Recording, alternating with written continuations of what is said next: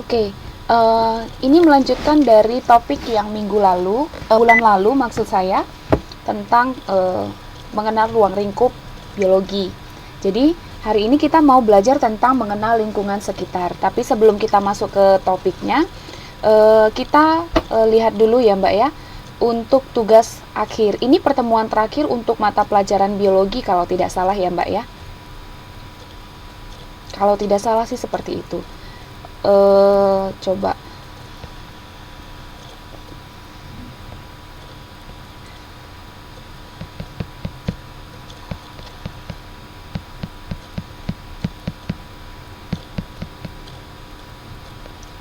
kita masuk dulu ke tugasnya ya Mbak ya.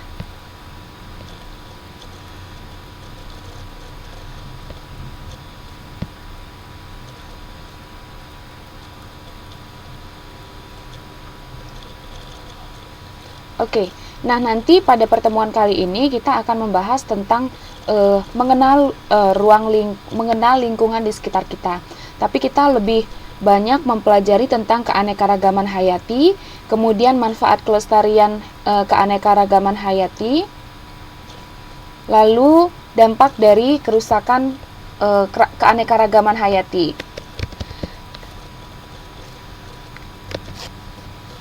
Sudah? Nanti untuk tugas yang ini, Mbaknya silakan membuat slide presentasi.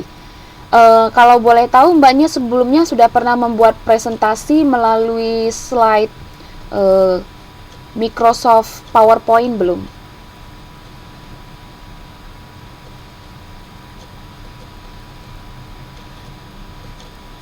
Sudah pernah, berarti sudah tidak ada masalah ya Mbak ya untuk membuat slide presentasi. Jadi, untuk yang tugas kali ini, slide presentasinya itu berkenaan dengan keanekaragaman hayati. Nah, di sini ada dua topik yang bisa dipilih. Yang pertama, manfaat dari menjaga kelestarian keanekaragaman hayati. Yang kedua, dampak dari kerusakan keanekaragaman hayati. Jadi, Mbak tidak perlu membuat dua slide yang berbeda. Hanya perlu memilih salah satu dari dua ini, yang mana yang mau dipilih. Mau pilih topik yang nomor 1 atau mau memilih topik yang nomor 2. Sudah? Nah, setelah dipilih salah satu, Mbaknya silakan membuat slide presentasinya. Nah, paling sedikit 10 slide. Paling banyak boleh 15 slide, tapi tidak lebih dari 20 slide. Sudah mengerti ya Mbak ya? Nah, untuk isi dalam slide-nya itu sudah pasti harus sesuai dengan topik yang dipilih. Kalau memilih tentang topik yang pertama, isinya pasti yang berkenaan dengan apa saja manfaat dari menjaga kelestarian lingkungan atau keanekaragaman hayati. Kalau semisal Mbaknya pilih yang tentang topik nomor 2, berarti isinya harus hal-hal yang berkenaan dengan kerusakan keanekaragaman hayati.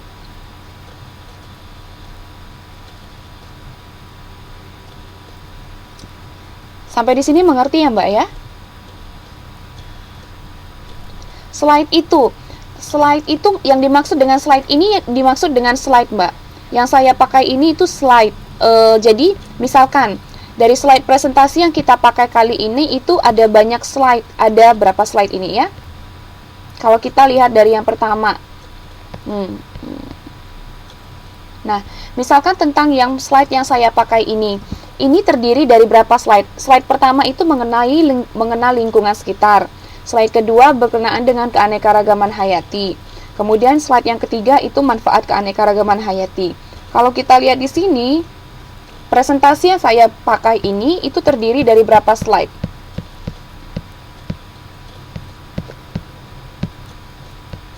Terdiri dari 15 slide. Ini kita bisa lihat. Berarti nanti jumlah halamannya itu ada 15 halaman seperti ini. Mengerti Mbak? Sampai di sini sudah jelas apa yang dimaksud dengan slide Mbak?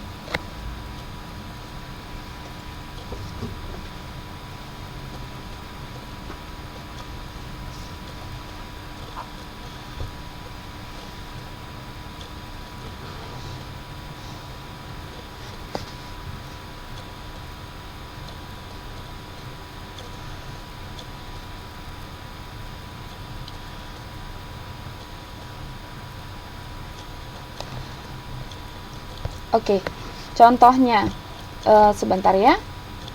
Nah, kita kembali dulu ke awal ya. Nah, ini slide saya ini judulnya adalah mengenal lingkungan sekitar. Ya, slide saya ini judulnya adalah mengenal lingkungan sekitar. Nah, slide saya ini terdiri dari berapa slide? Kita bisa lihat terdiri dari 15 slide. Coba kita hitung ya, 15 slide. Yang ini halaman yang cursornya, yang tanda panahnya bergerak-gerak ini, itu disebut satu slide. Oke?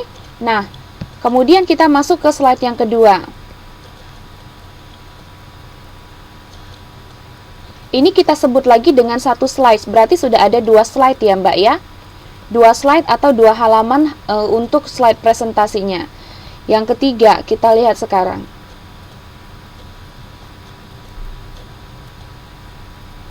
Nah, ini slide yang satu lagi. Berarti sudah ada berapa slide yang saya punya di presentasi saya.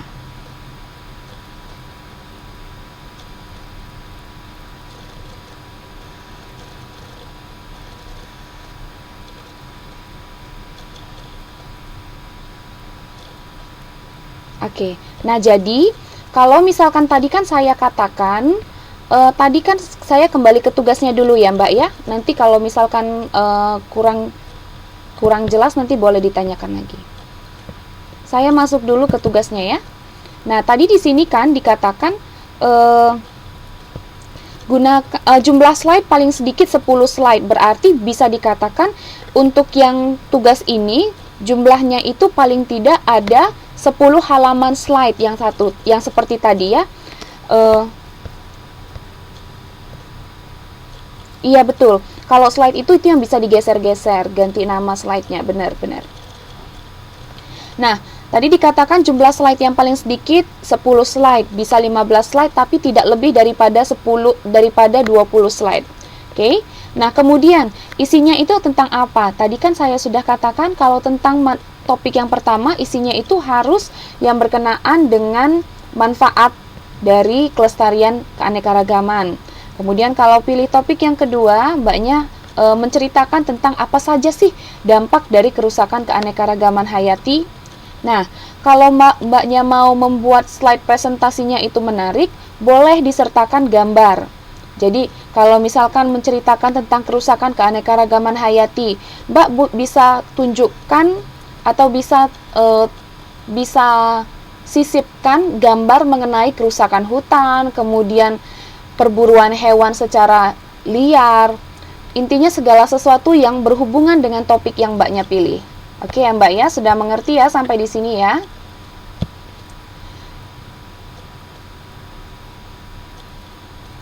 Nah,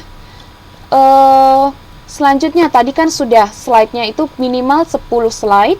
Kemudian tadi sudah saya katakan kalau Mbaknya mau membuat gambar slide-nya itu menarik, boleh menyertakan gambar. Kalau boleh berarti boleh juga tidak menggunakan gambar. Tapi pasti nilainya berbeda antara yang membuat gambar, yang menerangkan gambar, dan yang tidak ada gambarnya di dalam slide itu. Oke. Nah, kalau semisal Mbaknya mau mengutip sesuatu dari internet, saya mau coba kalau misalnya Mbaknya mau mengutip itu ditulis sumbernya seperti ini. Misalkan, contoh topiknya adalah dampak kerusakan keanekaragaman hayati. Berarti Mbaknya menceritakan apa sih yang terjadi kalau misalkan keanekaragaman hayati itu rusak. Nah, di sini saya kasih contohnya. Kalau keanekaragaman hayati rusak, populasi orang utan itu berkurang banyak. Nah, ada satu artikel yang mengatakan bahwa populasi orang utan telah berkurang sebanyak 80% dalam 1 abad terakhir. Diperkirakan terdapat sekitar 6.000 ekor orang utan di tahun 1900. Akan tetapi, sekarang diperkirakan jumlah ini berkurang menjadi 200 ekor saja. Nah, ini bisa dibilang kalau bukan bukan kita yang meneliti tentang ini kan, tapi orang lain. Jadi intinya kita mengutip supaya kita tidak dikatakan mencuri ide orang lain, kita harus sertakan sumbernya itu dari mana. Jadi ini saya sertakan, oh ternyata sumber kata-kata ini, data ini saya ambil dari ini, ada namanya ISNI Isni Safirah Blogspot. Jadi yang menulis ini bukan saya hanya menuliskan ulang. Penulis aslinya adalah Isni Safirah. Sampai di sini mengerti Mbak tentang yang pengutipan sumber-sumber ini?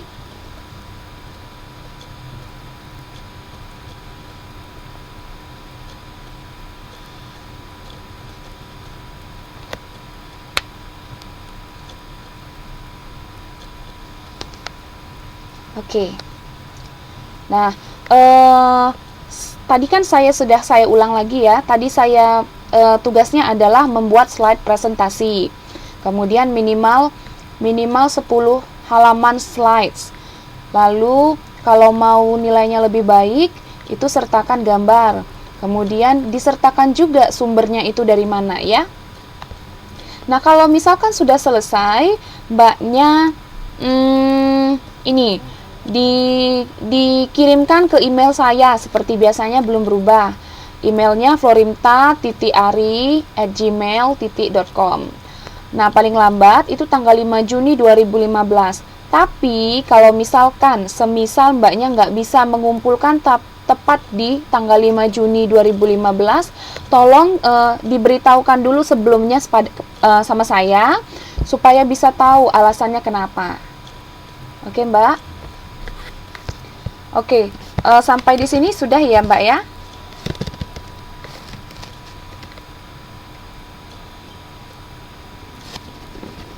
Kalau begitu, kita masuk dulu ke slide sebelumnya untuk materi pelajaran hari ini.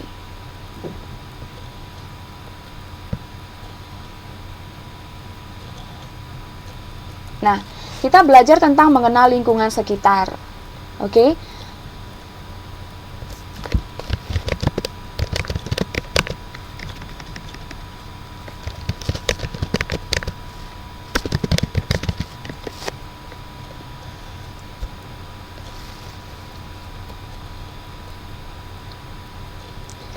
Nah, yang kita pelajari dalam lingkungan sekitar kali ini itu adalah tentang keanekaragaman hayati.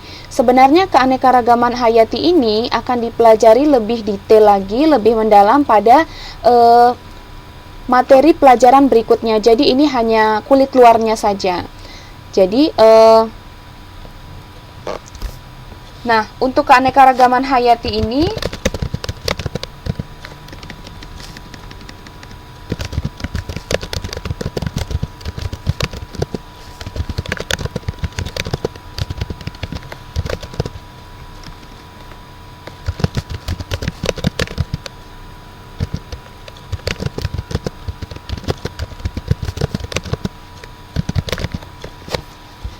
untuk keanekaragaman hayati ini kita perlu tahu dulu, apa sih keanekaragaman hayati? Nah, keanekaragaman hayati itu adalah tingkat variasi bentuk kehidupan. Kalau dikatakan tingkat, berarti ada yang mulai dari terbawah sampai yang tertinggi.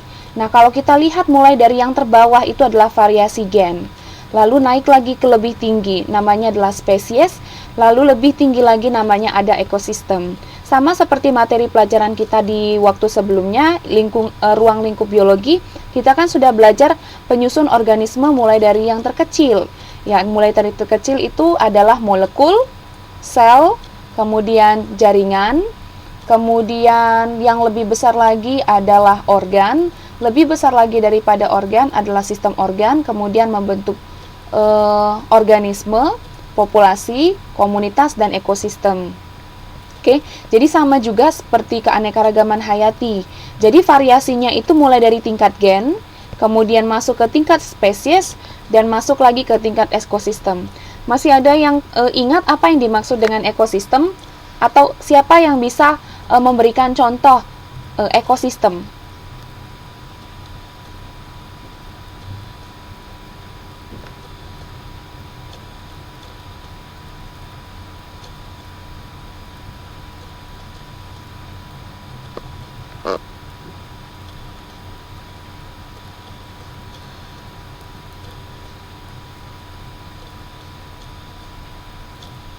Ada yang tahu apa contoh dari ekosistem?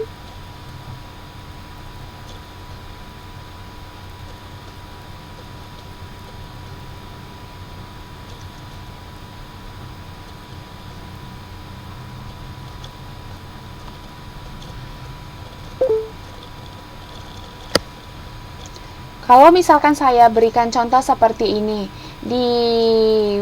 di sebuah lingkungan terdapat padi, kemudian terdapat juga tikus, terdapat juga siput atau keong, terdapat juga ular. Nah, di situ di contoh yang saya sebutkan itu, di lingkungan yang itu disebut sebagai ekosistem apa?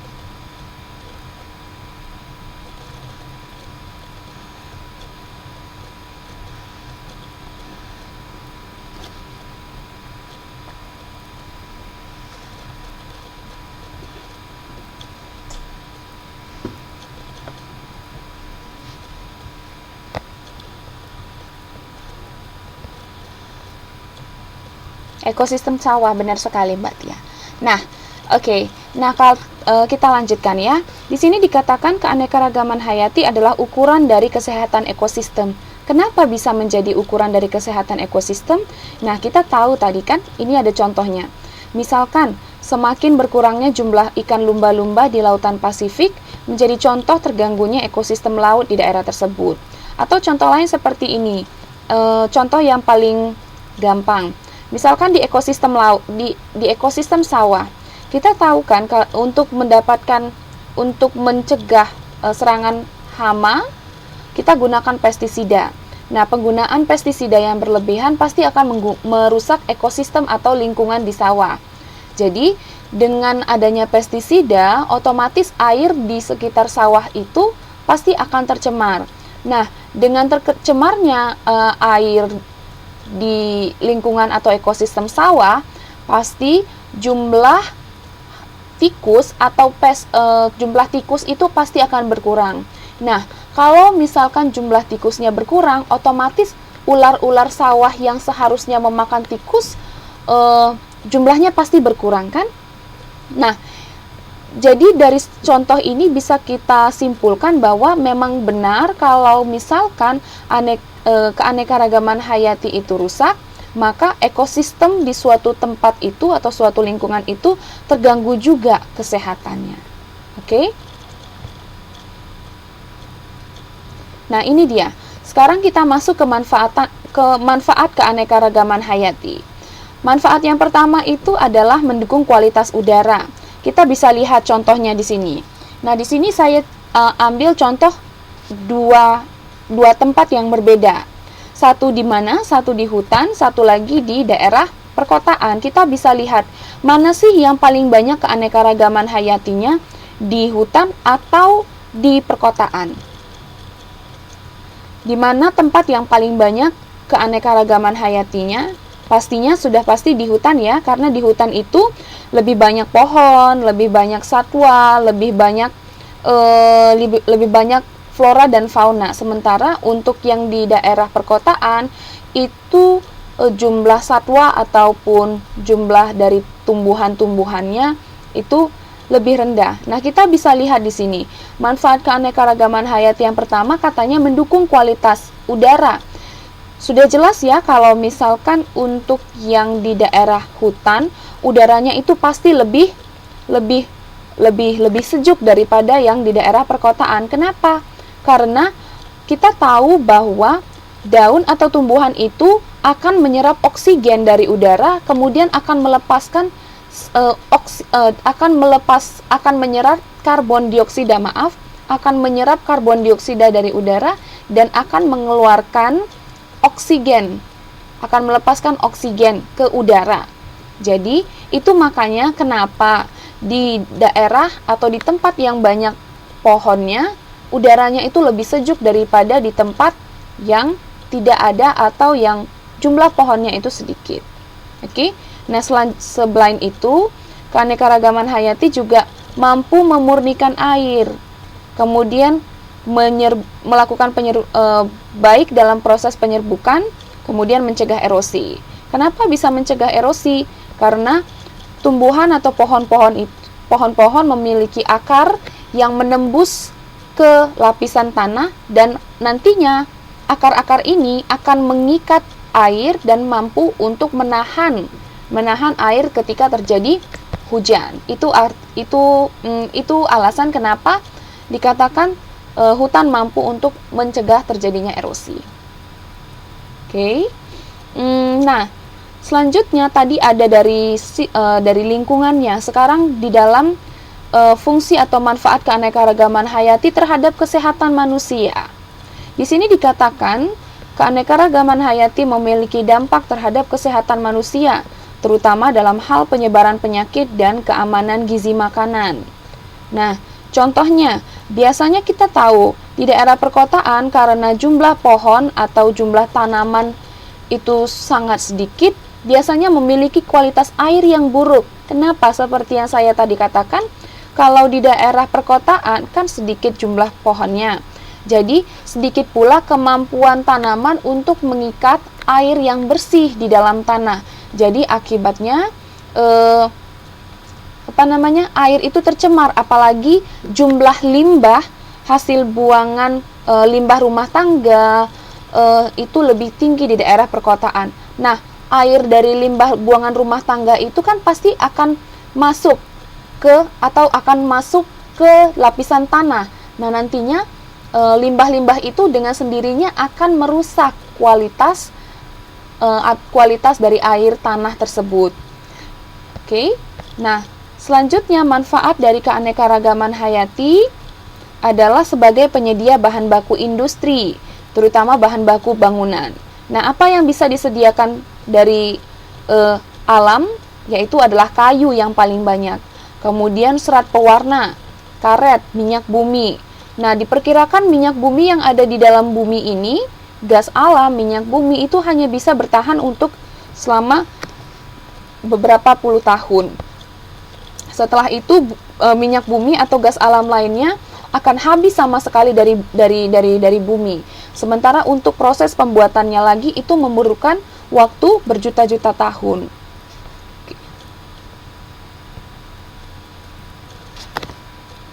Oke, nah di sini saya sertakan fakta mengenai penggunaan kertas. Di sini dikatakan bahwa dari satu batang pohon kayu yang ditebang bisa menghasilkan 16 rim kertas. Kalau dibilang 16 rim kertas, kita kan pernah lihat itu kalau kita pergi ke tempat fotokopi atau ke supermarket, kita bisa lihat satu pak kertas itu kurang lebih isinya itu sekitar 200 lembar kertas kalau tidak salah. Jadi kita bisa bayangkan kalau hanya 16 rim kertas, tapi kita perlu menebang satu batang pohon, itu hanya menghasilkan sekitar 3.600 lembar kertas. Oke. Nah, di sini dikatakan lagi satu batang pohon dapat menghasilkan oksigen yang dibutuhkan oleh 3 orang untuk bernapas. Ini kehilangan angka 3. Nah, kita lihat lagi setiap jam. Ternyata dunia ini kehilangan sekitar 1.735,5 hektar hutan karena ditebang menjadi bahan baku kertas. Nah, sekarang kita lihat di Indonesia. Ternyata kebutuhan kertas di Indonesia itu bisa mencapai 12 juta ton kertas, dan itu pada tahun 2012. Dan pastinya ini meningkat karena semakin banyak orang yang menggunakan kertas setiap harinya.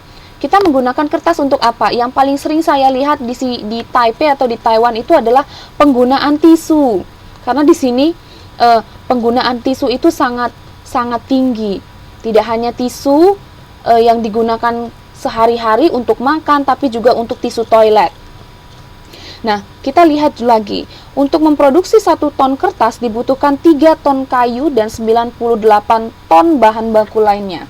Sekarang kita lihat, kalau misalkan di Indonesia 12 juta ton kertas dibutuhkan selama 1 tahun, kita lihat ada berapa luas hektar hutan yang harus kita tebang untuk memenuhi kebutuhan kertas di Indonesia. Kita lihat, jika 1 ton kertas membutuhkan 3 ton kayu, maka untuk memenuhi kebutuhan kertas di Indonesia, sekitar 36 juta ton kayu ditebang setiap tahunnya. Atau dengan kata lain, setara dengan 29.000 hektar hutan. Kalau misalkan kita lihat di sini, di gambar ini, 1 hektar hutan itu sekitar seperti inilah luasnya. Bisa dibayangkan 29.000 kali luas dari yang ada di gambar ini yang harus kita tebang setiap tahunnya. Dan sementara itu kita tahu untuk membuat untuk membuat pohon itu bisa bertahan perlu waktu yang lama, perlu waktu yang bertahun-tahun.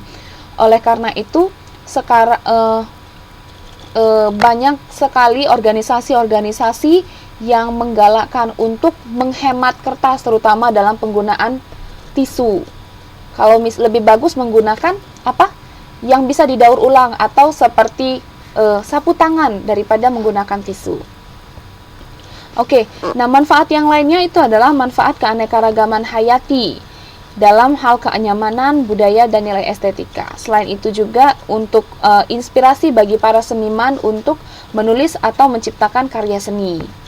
Oke, nah sekarang kita masuk kepada kerusakan yang terjadi di dalam, ini dia, keanekaragaman hayati dalam peranan ekologi. Nah, kita bisa lihat dalam pemurnian air seperti yang tadi sudah disinggung di depan, kemudian daur ulang, nutrisi, dan memberikan tanah yang subur. Oke, nah ini dia fakta mengenai kerusakan hutan.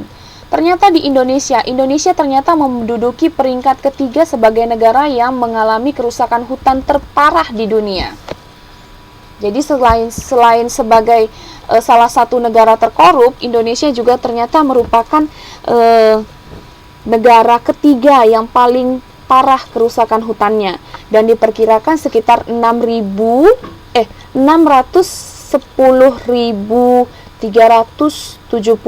hektar hutan ditebang terjadi setiap tahun di Indonesia. Jadi bisa kita bayangkan ya, kalau misalkan ini tidak dikendalikan, bisa-bisa Indonesia benar-benar mengalami tingkat perubahan iklim yang paling signifikan. Oke.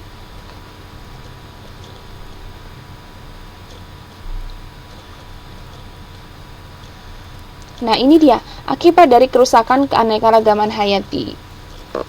Nah, kita bisa lihat di sini dari kerusakan keanekaragaman hayati itu kita bisa lihat banyak sekarang satwa yang sudah mulai punah.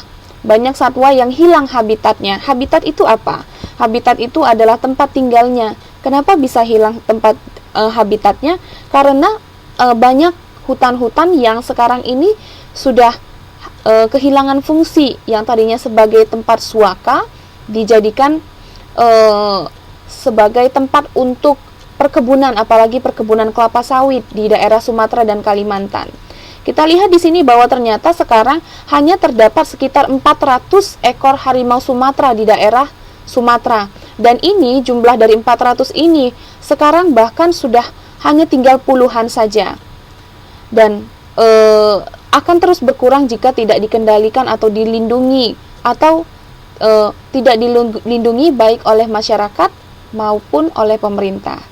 Nah, kemudian selain daripada hilangnya habitat satwa, juga terjadi perubahan iklim. Sekarang kita bisa lihat ya, kalau misalkan di Indonesia yang dulunya jelas kapan musim hujan, kapan musim kemarau itu jelas. Sekarang kita tidak bisa pastikan kapan musim hujan, kapan musim kemarau. Ini semuanya akibat dari terjadinya perubahan iklim. Jadi sekarang juga sudah terjadi pengikisan atau banyak daerah-daerah di daerah kutub utara yang seharusnya ditutupi oleh es, sama sekali sekarang tidak ada es di situ. Bahkan sudah mulai tumbuh rumput di daerah kutub utara. Ini artinya bahwa lapisan es itu sudah sangat mencair, dan kita bisa bayangkan kalau lapisan es di kutub utara itu mencair, artinya ketinggian permukaan air laut itu kan akan meningkat. Jadi kalau misalkan air laut itu akan meningkat, lama-lama daerah-daerah daratan ini juga akan tenggelam. Makanya sekarang semakin banyak terjadi banjir. Oke, kita lanjutkan lagi ya Mbak ya.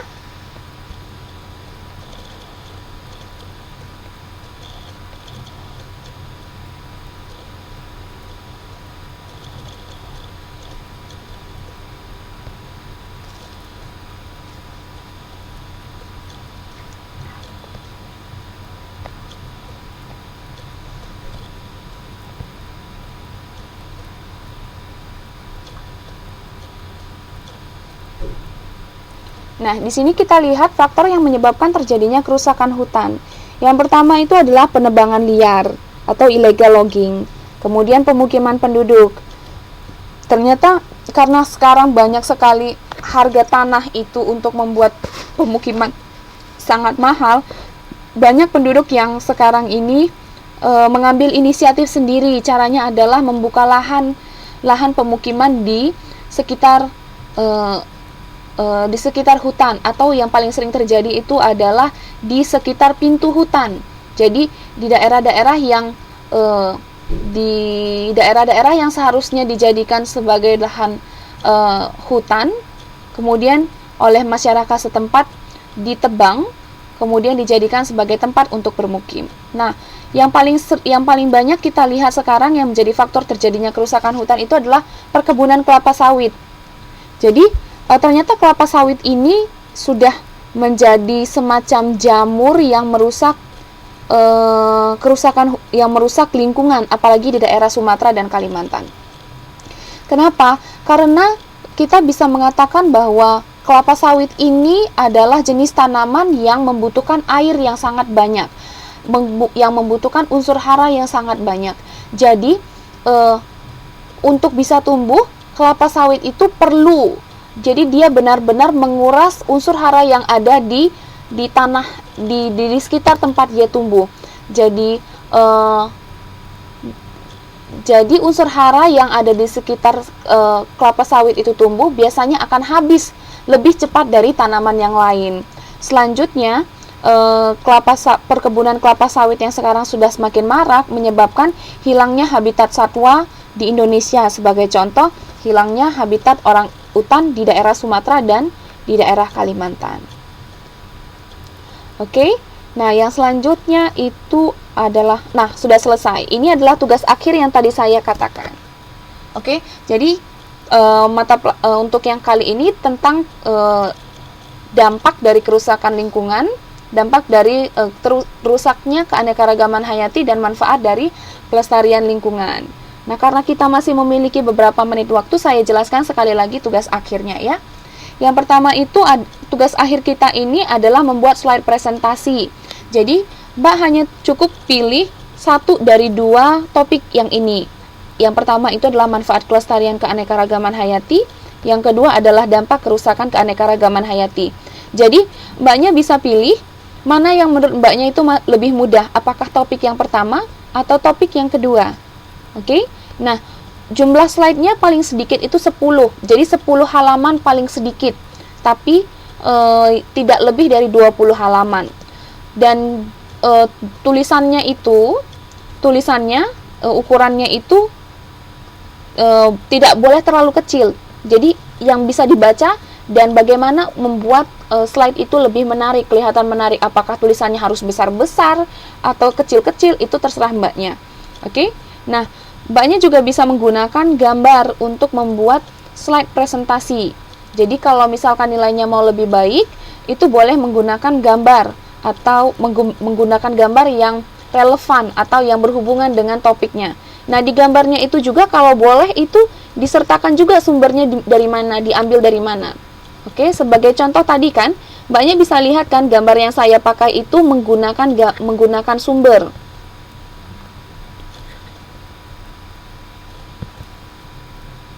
Sebentar, saya kasih contoh sebentar ya, Mbak ya. Nah, di sini saya kasih contoh, di sini saya kan tulis kasih hutan gitu ya. Iya, ini perorangan, Mbak. Ini perorangan. Jadi sebenarnya nggak susah, hanya 10 halaman. Jadi cara mensiasatinya itu adalah bisa dengan menggunakan tulisan yang sebesar ini gitu kan. Nah,